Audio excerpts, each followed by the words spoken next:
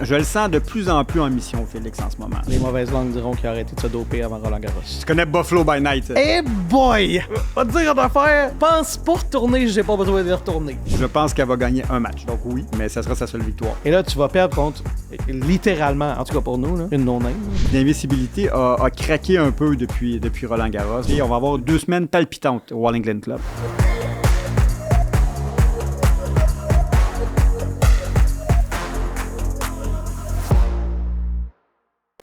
Salut, bienvenue à Sur la ligne, le podcast officiel de Tennis Canada. Alex Régebal en votre compagnie. Hugues Léger en face de moi. Charlotte est encore en vacances. On la salue. J'espère que tu t'ennuies pas trop de nous autres parce qu'on a vu les photos passer et ça semble bien le fun ces vacances-là, mon cher Hugues. Je changerais bien de place avec elle une semaine. Bon, dis donc tu veux pas être avec moi. Une semaine, j'ai dit. Hugues, comment vas-tu? Comment te portes-tu? Ça va bien, la canicule arrive, Wimbledon commence. On produit, Alex, cette semaine, notre 8e murale de pratique à Montréal avec le Festival Mural. Vicky Mboko, vedette de cette murale-là, au Parc Marcel-Lorrain à Ville-Saint-Laurent, avec l'artiste Jenna Schwartz. On est vraiment content de ce projet-là, tu le sais, et ça continue. Elles sont super belles, les murales. Merci. Évidemment, pour les gens qui veulent savoir à quoi tu fais référence, c'est que tu es aussi accessoirement le directeur général de Tennis Montréal, un autre poste de direction dans ta magnifique carrière, mon cher Hugues, et que tu fais très bien. Et je suis sûr que tu le fais aussi beaucoup par passion pour aider le sport. Et tu le fais très bien. Merci, cela Alex. dit. Tu veux ça, Gallagher est changé? Oui, officiellement, à Vancouver. Je suis content pour lui. Une sortie un peu en douce de Montréal, un gars qui a donné tellement pour la ville. Donc, espérons qu'il y aura une couple de belles années à Vancouver. Je suis content pour lui. Hey, j'étais au repêchage. On commence toujours avec des affaires de même. Mais j'étais au repêchage de la Ligue nationale de hockey en fin de semaine. J'ai appris que la sœur de Maddox Dagenet, qui a été repêchée en première ronde, a été une joueuse de tennis. Peut-être qu'on a une nouvelle fan. Et je vais te dire une chose, chanceux, je visite beaucoup dans ma carrière. J'ai visité de super villes, le Québec au complet, beaucoup aux États-Unis. Là, tu connais Buffalo by Night? Eh boy! Va te dire une affaire. Je pense pour retourner, j'ai pas besoin de retourner. Des villes que j'ai faites des dernières années, passer de Kelowna, que je tombais en bas de ma chaise, arrivais d'Halifax, c'était super beau, Halifax, tout ça. Buffalo, là, pour vrai, si tu te ramasses là par erreur, c'est la seule bonne raison, d'après moi, parce que c'est pas spectaculaire. On a rencontré un monde dans un restaurant, une madame dans un restaurant, puis elle a dit « Ah, moi, je travaille ici depuis 20 ans, si vous revenez, je vais être encore là. » J'ai comme « Ouais, l'impression qu'on ne reviendra pas. » Non, blague à part, honnêtement, c'était toujours un événement vraiment le fun, mais pas une ville qui a beaucoup de charisme, je vais le dire comme ça. Surtout qu'on les a sortis en série en plus, donc... Ben voilà. Le bord de l'eau, c'est pas laid, là, où est-ce que l'aréna, honnêtement, c'est peut-être la plus belle partie de la ville. J'allais me faire une petite course un matin, puis j'ai exploré la ville un peu, mais... Mais Alex, une équipe de hockey reliée au tennis. À cause de Terry Pegula. Exactement. D'ailleurs, oui. Et Jessica Père Pegula. De Jessica, exact. Oui, non, t'as tout à fait raison. Et c'est un lien parfait pour parler de tennis parce que c'est notre mandat, mon cher Hugues. Wimbledon est commencé. C'est le prime time, c'est le meilleur temps de l'année. Est-ce que tu as écouté un peu de tennis avec un mimosa? Écoute, je suis déjà depuis quelques jours dans les qualifications sur Wimbledon.com. J'ai vu Bianca Andreescu se qualifier avec beaucoup de courage. Malheureusement, ça s'est fini au premier tour pour elle aujourd'hui. Défaite en 2 sets de 7-6, 7-6, 2 tie-break. J'ai vu Daniel Evans finir sa carrière par la petite porte après quand même une très belle carrière, top 25, gagnant de la Coupe Davis. Et Dan Evans n'a pas eu de wildcard pour son dernier Wimbledon en simple. Il va jouer en double encore, mais ça s'est terminé un peu abruptement. Donc oui, je suis déjà dans Wimbledon, mais je laisse le mimosa pour la 2e semaine. Ah, voilà. OK. Ben, c'est une bonne chose. Hey, d'ailleurs, je suis en train de planifier en même temps qu'on est en ondes, là. Mais pour l'Omnium Banque Nationale, je te réserve peut-être une petite chronique surprise. J'ai un ami qui travaille pour... Tennis et cocktail. Exact! OK. Exact! Je me suis dis, c'est ton genre d'affaire. C'est la bonne personne. Le gars, c'est une bête de médias sociaux. Max Corriveau, pour pas le nommer, il travaille pour Mix Montréal. C'est une bête de médias sociaux. Il travaille très bien, puis c'est un méchant bon barman. Puis j'ai proposé, il était pas fermé à l'idée, on va l'amener à l'Omnium Banque Nationale. Je savais que ça allait t'intéresser. Là, je vois Lily de l'autre côté de la vitre, là, comme un petit cocktail de tennis. Les gens aiment ça, entendre parler d'alcool. Non, mais sérieusement, c'est ça. On planifie en même temps qu'on est en onde, mon cher. Ça a l'air de rien, mais c'est dans un mois, l'Omnium Banque Nationale. Ça s'en vient, hein? Justement, là, on a commencé à planifier ça. On sera sur place, comme c'est d'habitude. Oui, où Alex, tu vas aller? Devine ce qui se passe sur le Central en ce moment. Je sais pas. Ils ont arraché les panneaux arrière en bois qui étaient là depuis des années. panneaux fixes de publicité pour les remplacer par un panneau digital. Finalement, le panneau LED pour l'expérience client, pour les partenaires, pour l'animation du stade aussi, va être installé. On va avoir un panneau 360 digital. Les panneaux Hugues Léger. Ça fait longtemps qu'on les attend. Ça fait longtemps que tu les attends. C'est quoi, on ira prendre des images de toi devant ces panneaux-là.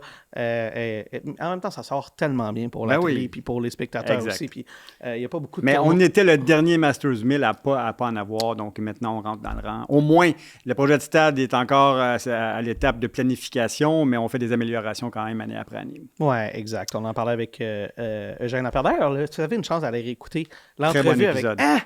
Il est bon, Eugène, là. Puis, toujours fascinant. Faudra qu'on refasse de quoi avec lui pour sa carrière, là, parce que Colin, je réécoutais, pas si souvent que ça, je réécoute nos épisodes pour être bien transparent, là, mais j'allais réécouter l'entrevue avec Eugène Lapierre, puis je trouvais ça vraiment cool, puis il va falloir y accorder peut-être un épisode spécial, peut-être un épisode qu'on mettra derrière en extra ou quelque chose de genre, là, mais Colin, que c'est un bon invité. Toute l'histoire du tennis depuis trois décennies, là, passe par Eugène Lapierre. On pourrait inviter Richard Legendre aussi, peut-être, venir nous parler de cette histoire-là. Je suis sûr mon ancien collègue et patron à l'Impact, oui. En fait, je relevais de Joey Saputo directement, mais Richard était mon collègue. Monsieur Stade, Richard. Exactement. Je pense que c'est la seule personne qui peut dire qu'il a bâti deux stades à Montréal. Ouais, le stade du Maurier, qui est maintenant le stade IGA, et le stade Saputo version MLS. Ouais.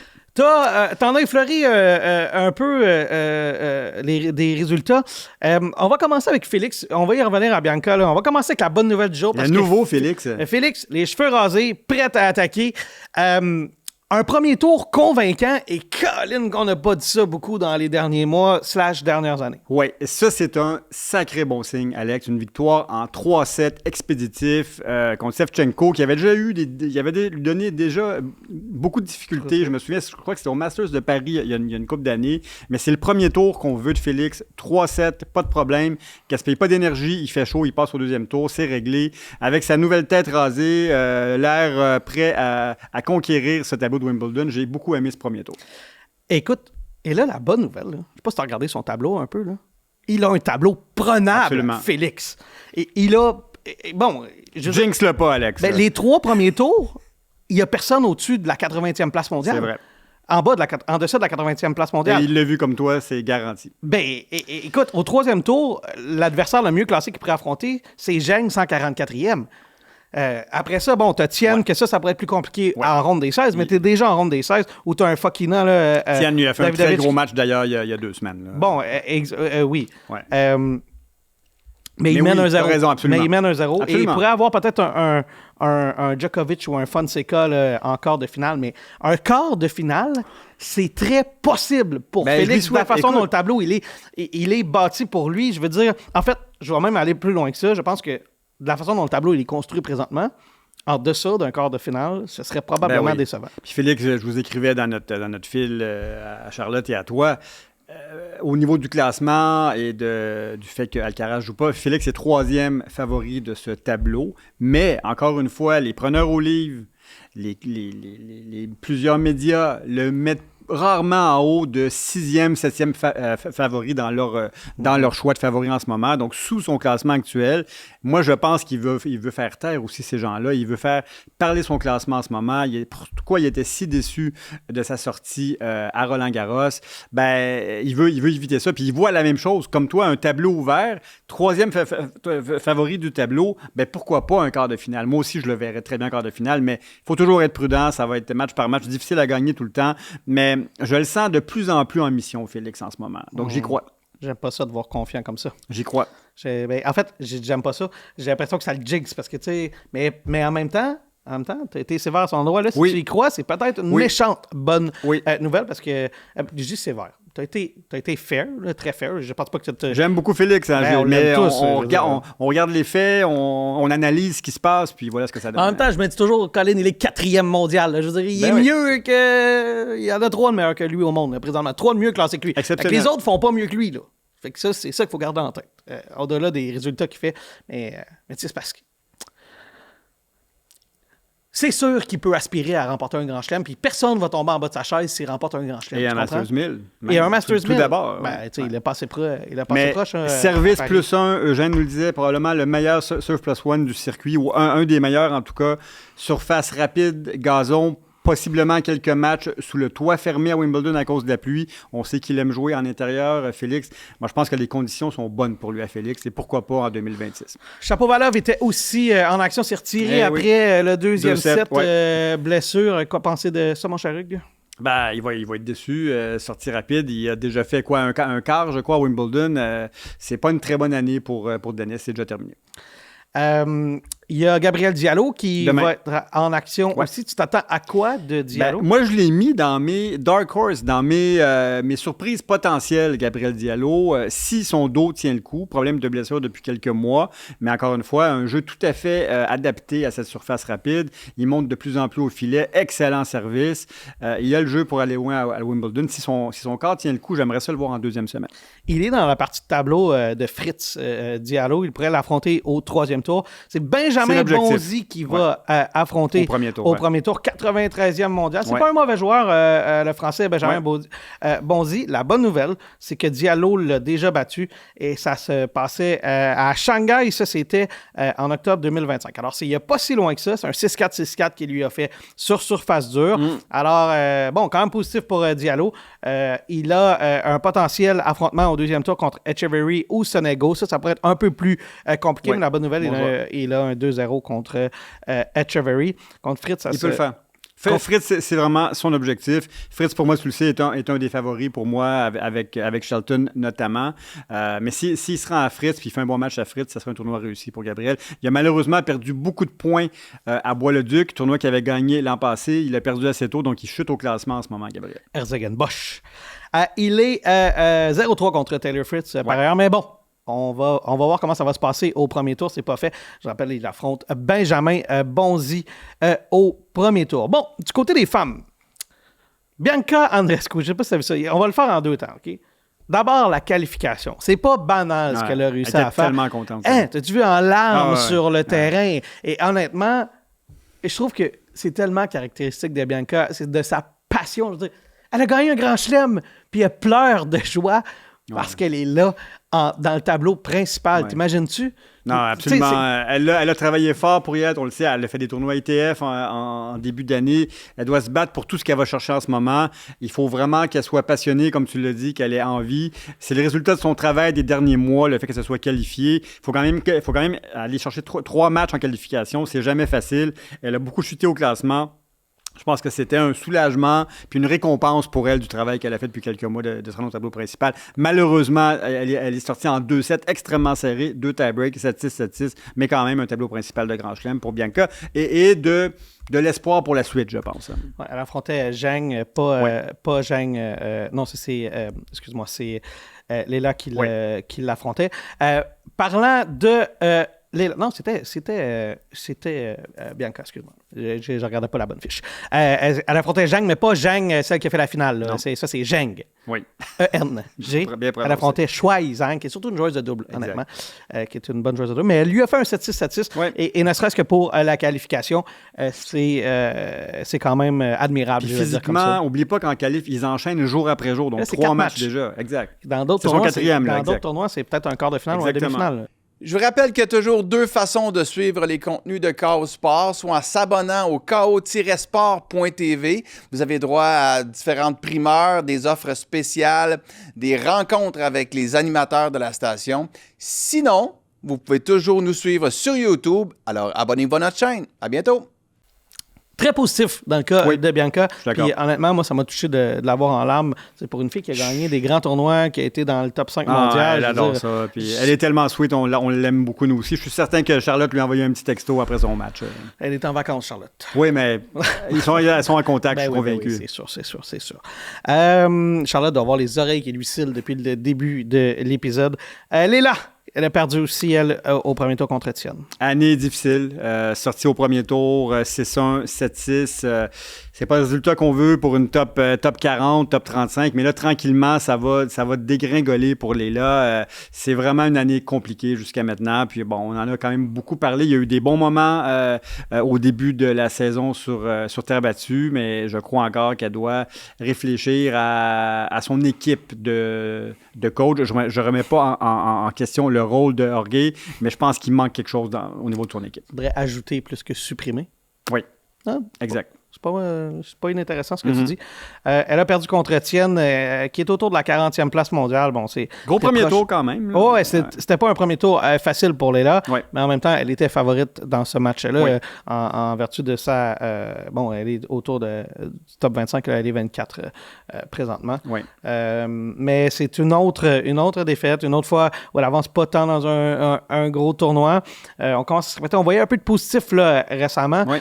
mais ça s'est estompé rapidement ouais. du côté de Léla. Mm-hmm.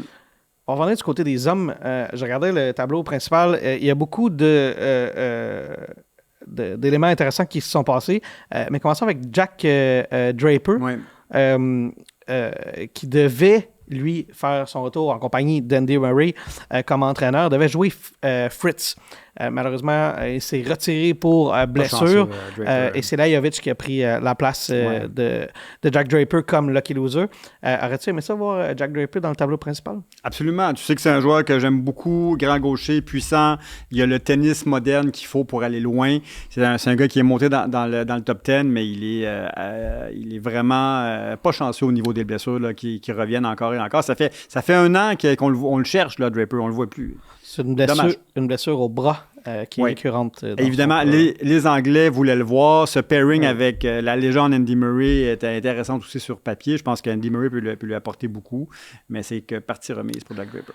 Quelques matchs intéressants au premier tour. Medvedev contre Cilic, deux champions de Grand Chelem. Medvedev commence sur les chapeaux de roue. Moi, j'aime bien aussi il joue bien Medvedev en ce moment. On sent un nouveau Medvedev depuis qu'il y a sa nouvelle équipe de coach, justement. Niveau tactique, niveau technique, je pense que ça lui a fait du bien. Il était allé aussi loin qu'il pouvait avec son ancienne équipe, avec Gilles Cerveria. Donc, intéressant pour Medvedev premier tour. Mais parlons un peu de Jannik Sinner. Puisqu'on y est dans les champions de Grand Chelem, c'est ça. Ça a été compliqué pour Jannik Sinner aujourd'hui. 5-7, même qu'on pensait qu'il était pour l'échapper. Mm-hmm. Encore une fois, Alex, comme à Roland-Garros, je crois qu'il va se passer des choses dans ce Wimbledon, que le script n'est pas écrit d'avance, que Sinner, bien que je le mets comme favori encore, n'est pas garanti de repartir avec le trophée. On va avoir deux semaines palpitantes au All England Club. Les mauvaises langues diront qu'il a arrêté de se doper avant Roland-Garros. Écoute, je te laisse sur cette voie glissante, mais à suivre. Merci de me laisser tout seul en dessous de l'autobus, comme on dit. Et je tiens à dire que c'est quelqu'un au bureau, moi je ne vais pas le lancer en dessous de l'autobus, qui m'a fait cette blague-là aujourd'hui. Je ne vais pas le nommer. C'était David Brier. OK. je le nomme. On le salue. Rublev, ça a été compliqué. Il a perdu contre Safiullin. Rublev, c'est surprenant ça, un 5-7, mais un long 5e set. Safiullin, c'est toujours un match compliqué. Un joueur extrêmement talentueux, qui est en fin de carrière maintenant. Mais c'est pas si surprenant que ça. Mais c'est un gars qui a des bons flashs, Safiullin, mais on le voit pas dans la constance. Rublev doit être vraiment déçu, là. Parler de Novak Djokovic, tu t'attends à quoi de Novak? Est-ce que tu t'attends à quelque chose, première des choses? Oui, je pense qu'il est prêt, il l'a dit. Il est plus prêt qu'il l'était pour Roland-Garros, c'est ce qu'il a affirmé. Je pense que c'est le genre de surface qui va l'aider physiquement parce que les points sont plus courts. Donc, s'il passe quelques tours, il va être moins taxé physiquement quand il va arriver en deuxième semaine, à 4e, 5e match, si jamais il s'y rend. Mais oui, je pense que Djokovic peut faire une bonne run à Wimbledon. Il va affronter, il a gagné son premier tour. Il a gagné finalement, OK. Ouais, ça a été serré quand même. Il a gagné, c'est un 6-4, 5-7, 6-4, 6-4 au premier tour. Il va affronter Stefanos Tsitsipas au deuxième tour. C'est un match intéressant, mais est-ce que ça l'est vraiment? Match popcorn au niveau de l'affiche, mais en réalité, Tsitsipas qui a annoncé qu'il intégrait maintenant dans son équipe celui qui il se fait appeler The Coach, Patrick Mouratoglou pour le nommer. Hein? Oui, Mouratoglou, dans son modèle d'affaires, signe des joueurs qu'il paye pour les annoncer comme membres de son académie, mais il n'est pas nécessairement leur coach officiel. Ça arrive ponctuellement qu'il va le devenir. Je pense à Holger Rune, je pense à Serena Williams, évidemment. Je pense à Simona Halep. Ça ne s'est pas concrétisé parce qu'elle s'est fait, évidemment, bannir au début de leur association. Mais Tsitsipas faisait partie de l'écurie de Mouratoglou. Mais là, il le prend comme son coach officiel. Est-ce que Mouratoglou aura un réel impact sur la carrière de Tsitsipas? Permets-moi d'en douter, Alex. Donc, je ne le mets pas comme favori pour ce match-là, mais c'est une association qui va être quand même intéressante à suivre.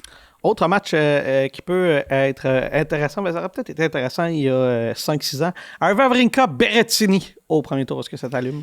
Je pense que Berrettini va ne faire qu'une bouchée de Wawrinka. Ouais. Ça va être un dernier tour et la tombée du rideau pour Wawrinka, mais ça fait plaisir de le voir dans le tableau principal du plus grand tournoi au monde. Côté des femmes, on parlait la semaine passée de Serena Williams. Elle va jouer Maya Joint. Maya Joint. Au premier tour. Oui. Est-ce que tu penses que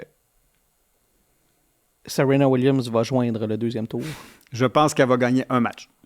Donc oui, mais ça sera sa seule victoire. Donc et là, la question va se reposer.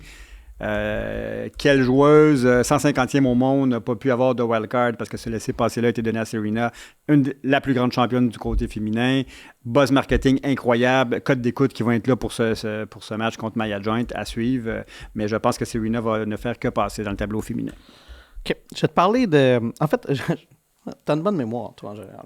Je vais te parler d'une joueuse que, en général, on ne parlerait pas. Te souviens-tu qui avait mis un terme à la carrière de Serena Williams au US Open? Oui, c'était Tomljanovic. Tomljanovic. Oui, Australie. Très beau match. Oui, exact. Elle avait été exceptionnelle. Puis ce match-là avait été couvert dans la série Breakpoint sur Netflix. De très belle façon aussi.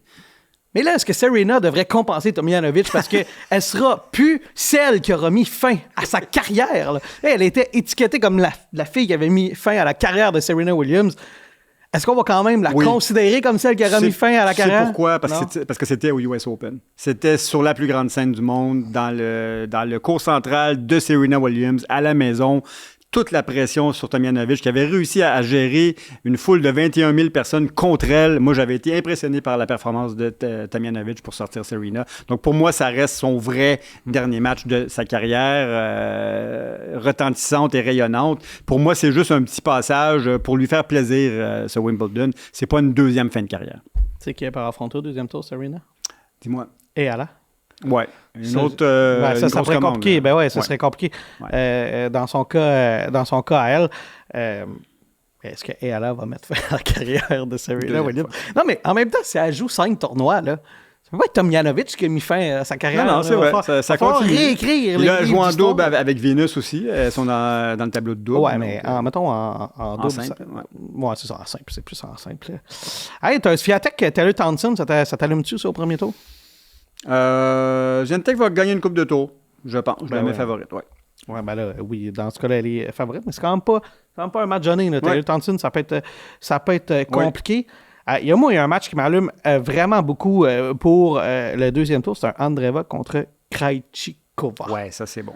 Mais bon, double championne de Grand Chelem. Krejcikova qui a plus d'un tour dans son sac, beaucoup d'expérience, bonne joueuse de double, des très bonnes mains au filet, elle peut poser des problèmes à Andreeva. Tu as raison. Est-ce que tu penses qu'Andreeva est largement favorite? Favorite. Pas largement. Je pense que ça va être un bon match. Peut-être un 6-4, 7-5 serré, mais je pense qu'Andreeva va gagner, ultimement. Est-ce qu'elle peut aller jusqu'au bout? Non. Oh, je pense qu'elle n'est pas prête encore au niveau de la variété de ses coups pour aller chercher Wimbledon. On sait, il faut un mix savant de slice, de très bons services, de variations en service, de mouvements sur le terrain. Je pense qu'elle gagne à aller chercher un peu d'expérience encore avant d'être prétendante à une finale ou au titre à Wimbledon, Andreeva.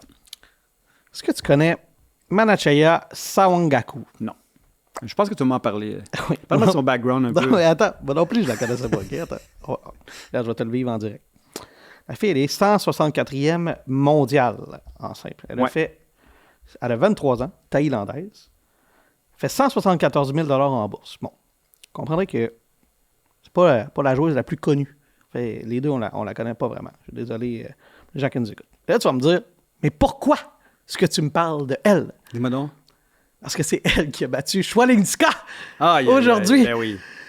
Et pour finaliste vrai, de Roland Garros. et finaliste de Roland Garros. Et là, on se disait, bon, on lui donne-tu une wildcard? On lui donne pas de wildcard.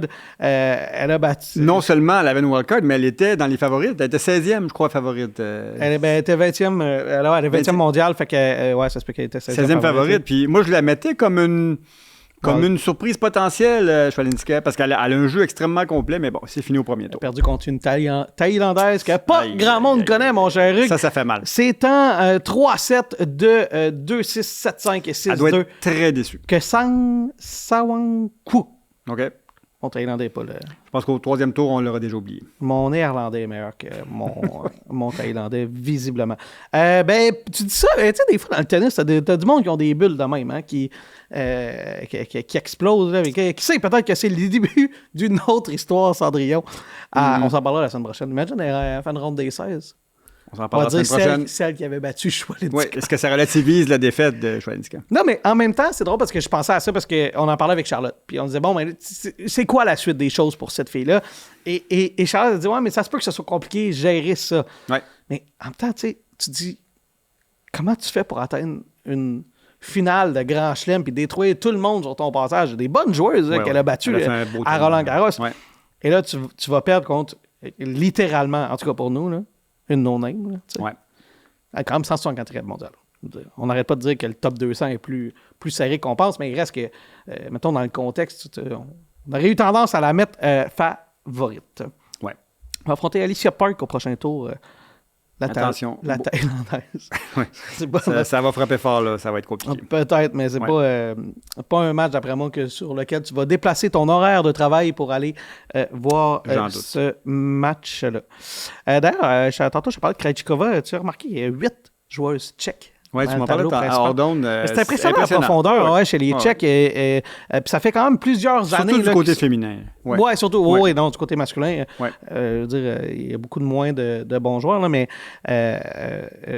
du côté féminin, effectivement, depuis quelques années, depuis plusieurs années, il y a beaucoup, beaucoup de bonnes joueuses tchèques, autant en simple qu'en double. Et puis, je descendais le tableau. Elles ont d'ailleurs gagné la Billie Jean King Cup, si je me trompe. Oui, ils l'ont gagné il y a quelques années, mais regarde, je vais te le dire. Pendant que je te dis que ça, je défilais le tableau en prévision de l'épisode d'aujourd'hui pour regarder, bon, c'est quoi les matchs qui sont intéressants. Là, il me semble que je vois beaucoup le drapeau tchèque. Et puis, finalement, j'ai compté, là, c'est 8, à moins que je me sois trompé. Et pour c'était la République tchèque à l'époque, 2018. Quand même, c'est pas très longtemps. Mais c'était avec Krejcikova. Peut-être même Vitova aussi, peut-être qui était de cette équipe-là. C'était d'ailleurs à Prague, cette victoire-là. Et non, attends, je te mens. Non, c'est exactement ça. C'est la République tchèque en 2018. Pendant 2 secondes, je pensais que je regardais les hommes, mais check bien, ils ont gagné 14, 15. Ah oui. 16. C'est une dynastie, là. Et 18. Oui, ça, c'est impressionnant. Attends. Mon Dieu. 11, 12, Italie 13, 14, 15, 16, puis 18. C'est impressionnant. Elles ont dominé, elles ont été très fortes. Les Tchèques, ils ont encore une... Puis pour vrai, honnêtement, c'est ça fait 10 ans, là, mettons. Puis là, on voit une profondeur avec les joueurs qui sont là aujourd'hui. C'est quand même assez intéressant de ce côté-là. Bon, tu parlais de Daniel Evans tantôt, tu me disais que tu voulais en parler. On a parlé des résultats de tennis, les matchs à suivre, tout ça. Qu'est-ce qui t'a fatigué chez la défaite de Daniel Evans? 2 choses. Je pense que c'était OK qu'il n'y ait pas eu de wildcard, bien que c'était défendable. Il a quand même aidé l'équipe à gagner la Coupe Davis. Et il avait vraiment contribué pour cette victoire de l'Angleterre en Coupe Davis. Joueur top 25, on le dit. C'était le joueur que tu ne voulais pas affronter dans plein de tableaux. C'était un gars difficile à jouer, très, très beau jeu. Ce que j'ai pas aimé, c'est que après sa sortie, donc défaite au premier tour des qualifications, bing, bang, c'est terminé en 2-7.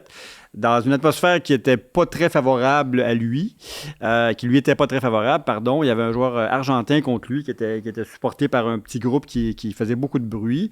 Il n'y a pas eu d'entrevue d'après-match. Il n'a pas salué la foule. C'est assez particulier, en fait, qu'un joueur important comme Daniel Evans pour le tennis anglais sorte de cette manière-là. Oui, il ne devait pas être content d'avoir perdu, mais bon, c'était terminé. Je pense que Wimbledon aurait dû prendre du temps pour saluer sa carrière, au moins avoir une petite entrevue sur le terrain avant qu'il sorte, saluer la foule.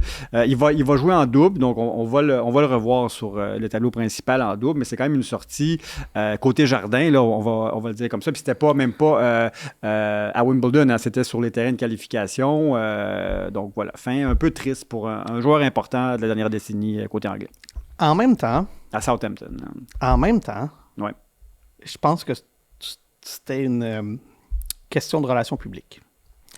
Parce qu'il avait testé positif, lui, à la cocaïne et avait été suspendu. C'est vrai. Fait que peut-être qu'on voulait éviter de ramener ça. Tu sais, si ça avait été Andy Murray, c'est peut-être une autre affaire, ou un gars avec une carrière à la Richard Gasquet. Ouais. Mais c'est en 2017 que ça s'était passé, cette histoire-là. Fait que, peut-être que... La Coupe Davis, c'était après, si je me trompe pas, là, mais bon. C'est 2015 qu'ils ont gagné la Coupe Davis. Bon, alors, fait qu'il a testé positif à la cocaïne après. Mais triste fin, écoute, t'as peut-être raison, hein, on ne sait pas tout dans les coulisses parce que c'était étonnant cette façon de faire. Donc, ouais. Donc, voilà. Mais je pense qu'il y a beaucoup de gens qui l'ont souligné quand même sur les réseaux sociaux. Ça a été un joueur important, Evans, puis c'était une sortie dans l'anonymat presque total dans son pays. Donc, très triste fin quand même. En même temps, est-ce que Richard Gasquet n'avait pas aussi testé positif à la cocaïne? Oui. Attends, oui, tu te souviens de l'histoire. Il avait dit qu'il s'était fait embrasser par une fille qui avait pris quelque chose et que c'était comme ça que c'était arrivé. Mais bon, oui, ça avait été positif. En 2009, c'est ça, exact. Ouais. Fait que, tu sais, je sais pas. C'est quand même un bel temps pour les organisations. Je sais pas, regarde, t'es directeur de Tennis Montréal. Puis, mettons, t'étais directeur de Tennis Canada. Puis Félix teste positif à la cocaïne. Est-ce que t'honores sa carrière pareil? Je sais pas. C'est quoi? Mettons, ta position de directeur, ce serait quoi? Oui, généralement, quand c'est sorti, c'est une tâche au dossier qui est importante. Souvent, il y a des joueurs, on a appris par la suite, après leur carrière, qui avaient eu des enjeux de consommation. Je pense à Agassi, je pense à McEnroe, c'est dans leur biographie, c'est connu maintenant. Ça n'a pas empêché d'avoir des hommages quand leur carrière a été terminée. Mais effectivement, quand c'est durant le cours de leur carrière et que cette carrière-là arrive à sa limite pour une fédération, c'est plus délicat d'honorer quelqu'un qui a été sanctionné comme ça. Oui. Peut-être ça. Peut-être pas.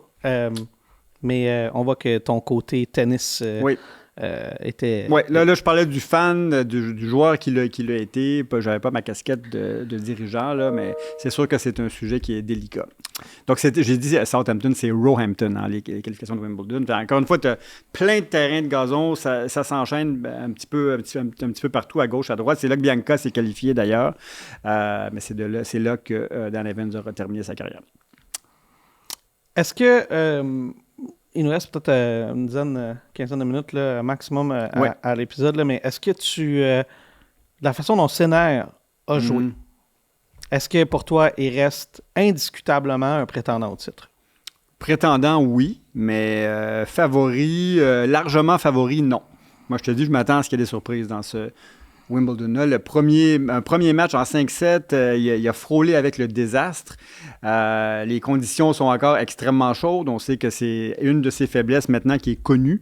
Donc, il va avoir à composer avec cette chaleur-là. Donc, je pense que son aura d'invisibilité a craqué un peu depuis Roland-Garros. Donc, je pense qu'il va avoir des bons matchs et peut-être une surprise dans cette quinzaine. Oui. Si tu as à gager sur... lui ou Zverev, présentement, tu penses? Zverev sans l'opportunité en ce moment. Il y a eu, même après Roland-Garros, des bonnes performances. Il est prêt à jouer sur gazon. C'est son opportunité. Il veut être numéro 1, Zverev. Hein. Tout comme tout le monde, tous les joueurs qui progressent dans le top 10 visent le numéro 1. Je pense que Zverev sent une petite ouverture en ce moment. Il va faire tout ce qu'il peut pour y arriver. Zverev est assurément un favori de ce tournoi-là et pourquoi pas un champion potentiel. Ouais. Donc, T'imagines, après Roland-Garros? C'est pas impossible. Donc, ta réponse, elle est quoi? Entre Sinner et Zverev? Tu sais que j'aime pas les prédictions. J'aime analyser ce qui peut se passer. C'est un toss of the coin, là. Mais je te répondrai la semaine prochaine. Bon. Je te dirai que c'est ouvert aujourd'hui, que je suis pas sûr que c'est Sinner qui va gagner, bien que je le mets encore favori. Mais laisse-moi passer une semaine, puis je reviendrai avec mes prédictions au début de la deuxième semaine. Si Alcaraz avait été là, tu aurais choisi Alcaraz? Ben, ça dépend dans quel état. J'ai de la difficulté à dire, oui, il a tous les coups, il peut jouer au filet, il peut tout faire à Alcaraz, mais en ce moment, on ne sait pas où il est rendu. Donc, je ne sais pas. Côté des femmes? Côté femmes, je pense que j'aime toujours Sabalenka, Rybakina. Difficile de faire un choix entre les deux. J'aime tellement le jeu de Rybakina, tu le sais. Je trouve qu'au niveau mécanique, c'est le plus beau jeu du côté féminin. Rybakina, une ancienne championne d'ailleurs de Wimbledon, championne de l'Australian Open en début d'année. Personnellement, si j'ai à faire un choix, je vais mettre Rybakina devant Sabalenka cette année. Elle affronte Boisson au premier tour. Rybakina, ça va être une victoire facile. Facile? Oui. Ouais. Sabalenka, honnêtement, je regardais son tableau potentiel. Il est compliqué, le tableau de Sabalenka. Ouais. Il pourrait frapper Ostapenko au troisième tour. Championne de Grand Chelem. Je manquerai pas ça. Match popcorn s'il en est un. Côté féminin. Ostapenko, on s'ennuie jamais avec Ostapenko. Ah non, c'est ça. Tu peux l'aimer ou pas l'aimer, mais t'es toujours diverti. Ça, pour les bonnes ou les mauvaises raisons. Il pourrait frapper Ostapenko au troisième tour. Osaka, quatrième tour. Ronde des 16. Exact. Quart de finale, Andreeva. Là, t'as 3 championnes de Grand Chelem, back to back to back, comme on dit. Gros tableau. Il est compliqué, son tableau. Puis après ça, ce serait peut-être une Pegula ou une Coco Gauff, tu t'imagines, là. Toutes des championnes potentielles que tu viens de nommer. Puis là, après ça, en finale, t'as une Swiatek ou une Rybakina. Ouais. Mais Sabalenka pourrait avoir à battre 1, 2, 3, 4... 5 championnes de Grand Chelem potentiellement pour gagner le tournoi. S'il fallait qu'elle gagne le tournoi contre 5 anciennes championnes de Grand Chelem, elle ne l'aura pas volé. En même temps, c'est la meilleure joueuse au monde. Mais il y a 3 semaines, elle nous disait qu'elle voulait arrêter le tennis après sa défaite. Mais elle est là. C'était évidemment sous le coup de l'émotion. Mais elle n'est pas... c'est pas exclu qu'il y ait une sortie rapide pour Sabalenka qui va encore la faire se remettre en question. À voir. Sûr que Rybakina aussi. Elle a déjà remporté ce tournoi-là. Elle a connu une bonne fin de saison l'année passée. Rybakina, elle n'est pas la dernière venue. Moi, je suis peut-être fan. que dans le contexte, peut-être que dans le contexte, c'est effectivement assurément une des joueuses favorites.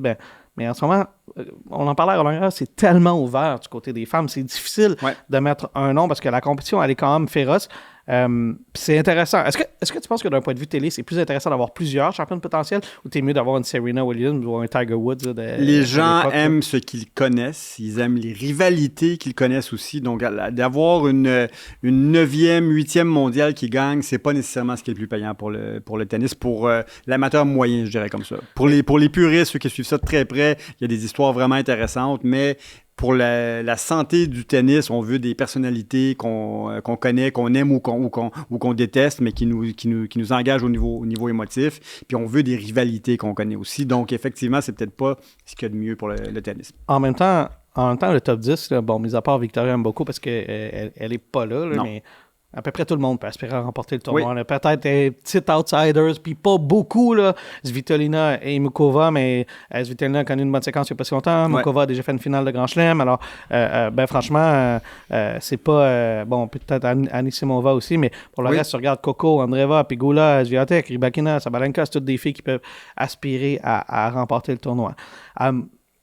Parlant de filles qui ont remporté beaucoup de Grand Chelem, après, nouvelle, le cancer de Chris Evert est revenu. Tu voulais en parler un peu? Ben écoute, on l'apprend la journée même du documentaire qui est sorti sur Netflix vendredi passé, Chris and Martina, The Final Set, qui est un documentaire admirable sur la rivalité, justement, qui a passionné tous les gens. Ils saillissaient au début. Dans les années 80, ils ont eu des périodes d'amitié, de haine et d'amitié par après. Les deux ont dû combattre le cancer à différentes étapes dans les dernières années. Chris Evert a appris, je crois que c'est la 3e fois que le cancer revient. Elle l'a annoncé vendredi dernier. C'est vraiment triste, là. Donc, elle ne sera pas à Wimbledon comme commentatrice chaque année. Une excellente analyste et commentatrice. Grande championne, évidemment. Donc, si vous avez envie de voir un bon documentaire de tennis sur 2 grandes championnes, d'ailleurs, Madison Keys, qui a gagné Eastbourne, c'était la seule, après Chris Evert et Navratilova, à avoir gagné 3 fois et plus le tournoi de Eastbourne. Il y a des records de Navratilova et Evert qui tiennent encore aujourd'hui. Donc, très, très triste cette nouvelle-là, mais un très beau documentaire si ça vous intéresse d'en savoir plus sur Evert et Navratilova. 2 victoires en Australie, 7 à Roland-Garros, 3 à Wimbledon, 6 au US Open. En double, elle a gagné Roland-Garros 2 fois, elle a gagné Wimbledon également, elle a gagné la Coupe Billie Jean King qui était à l'époque la Fed Cup 8 fois. C'est une carrière légendaire, celle de Chris Evert. Et un jeu légendaire. Elle ne ratait rien. En fond de terrain, c'était un métronome. C'était très beau à voir jouer. Un style très, très pur. Si vous voulez voir ça encore, c'est pour ceux qui s'intéressent, un revers à plat extrêmement précis, comme un laser. Puis elle disait, je casse jamais de cordes. Donc, pas besoin de préparer un set de cordes de rechange pour moi. Elle frappait très à plat, très, très, très peu de topspin. Donc, moins d'usure des cordes. Mais une technique inoubliable, Chris Evert. Elle a fait 8 millions de gains en carrière, Chris Evert. Pour l'époque, c'est assez impressionnant. Oui. Je veux dire, c'est pas comme aujourd'hui. Là, où c'est beaucoup. Elle est arrivée sur le circuit, elle avait 15 ans ou 16 ans, très, très précoce. Là, très belle carrière. Alors, on va lui souhaiter le meilleur. Et quant à rivalité, elle est une rivalité légendaire contre une... Et certains pourront dire la plus grande joueuse de l'histoire. Navratilova, il y a certainement un argument à faire avec Serena. Là. Ça se défend, en tout cas, Navratilova, surtout parce qu'elle était, bon, on dit Serena aussi, là, mais aussi forte en simple qu'en double. Oui. Elle a été numéro 1 en simple et en double, effectivement. Ouais, alors, Navratilova, une des grandes joueuses. On va lui souhaiter le meilleur pour ça. C'était un épisode un peu plus court aujourd'hui, mon cher Hugues, à moi qui était... Mais quand même! Un bon épisode quand même. Oui, effectivement, mais parce que tu es très bon à ce que tu fais. Alors, c'est sûr que ça m'aide comme animateur. On fait quand même une bonne quarantaine de minutes. On va regarder ce qui va se passer cette semaine. Évidemment, c'est Wimbledon à temps plein cette semaine. Et puis, tu pourras regarder beaucoup de tennis pendant que... On se réveille le matin, on prend le café. Les matchs sont déjà commencés à 7h30, heure de l'Est, heure de Montréal. Donc, profitons-en au Québec. Et même à la télé, de passer de Roland-Garros et de la terre battue rouge et qu'on passe au vert. C'est une très belle image à la télévision. Donc, très le fun à regarder. C'est simplement dommage qu'elle est si courte, la saison de terre battue, de gazon. Hein. Il y a quelques autres tournois là, de gazon. Ça se joue en 3 semaines, en gros. Là, Puis après, on déménage du côté nord-américain, le seul tournoi d'envergure est à Newport, au Rhode Island. Au Hall of Fame. Au Hall of Fame, donc au temple de la renommée du tennis. C'est pas très loin du Québec, si ça vous tente d'y aller, à 6h30 de route environ. Le tournoi qui a lieu tout de suite après Wimbledon. C'est le seul tournoi d'envergure sur gazon en Amérique. C'est ce que ça m'a pris pour aller à Buffalo, et je pense que j'aurais préféré aller à Newport qu'aller à Buffalo. Pour la ville en elle-même. Hugues, merci infiniment pour ta participation cette semaine. Et comme c'est la tradition, je te donne le mot de la fin. Bon tennis, Alex. Bon tennis tout le monde et bon Wimbledon à tous.